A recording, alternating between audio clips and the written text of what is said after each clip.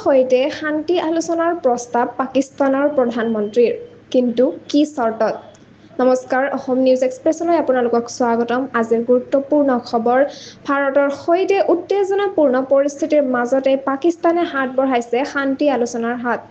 পাকিস্তানৰ প্ৰধানমন্ত্ৰী শ্বাহবাজ শ্বৰীফে বৃহস্পতিবাৰে ঘোষণা কৰে যে তেওঁলোকে শান্তি প্ৰতিষ্ঠাৰ বাবে ভাৰতৰ সৈতে আলোচনা কৰিবলৈ সাজু। কিন্তু তেওঁ স্পষ্টকৈ কয় যে আলোচনা কেৱল তেতিয়াহে সম্ভৱ যেতিয়া কাশ্মীৰৰ বিষয়ে আলোচনা অন্তৰ্ভুক্ত হ'ব।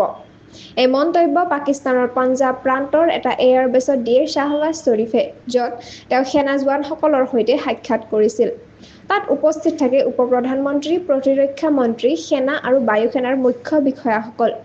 উল্লেখযোগ্য যে এই প্ৰস্তাৱ পেহেলগাম সন্ত্ৰাসবাদী আক্ৰমণ আৰু তাৰ পিছত হোৱা অপাৰেচন সিন্দুৰৰ পৰিপ্ৰেক্ষিতত আছে, য'ত ভাৰতে সন্ত্ৰাসবাদী ঘাটিৰ বিৰুদ্ধে বৃহৎ কাৰ্যৰ ৰূপ গ্ৰহণ কৰিছিল। ভাৰতৰ প্ৰতিক্ৰিয়া স্পষ্ট, কাশ্মীৰ আৰু লাডাখ ভাৰতৰ অবিচ্ছেদ্য অংগ। এই সন্দৰ্ভত কোনো আলোচনা নহ'ব। ভাৰতৰ মতে পাকিস্তানৰ সৈতে যিকোনো আলোচনা হ'ব সন্ত্ৰাসবাদ আৰু পাক-অকুপাইড কাশ্মীৰৰ সৈতে। দুই দেশৰ মাজত 10 মে'ত যুদ্ধবিৰতি ঘোষিত হ'লেও উত্তেজনা এতিয়াও সম্পূৰ্ণৰূপে নিস্তব্ধ হোৱা নাই। এতিয়ালৈকে এইখিনিয়ে। সংযুক্ত হৈ থাকক অসম নিউজ এক্সপ্ৰেছ চেনেলটোৰ লগত। চেনেলটো লাইক, কমেণ্ট, শ্বেয়াৰ, ছাবস্ক্ৰাইব কৰিবলৈ নাপাহৰিব। লগতে কাষতে থকা বেল আইকনটো দবাবলৈ নাপাহৰিব। ধন্যবাদ।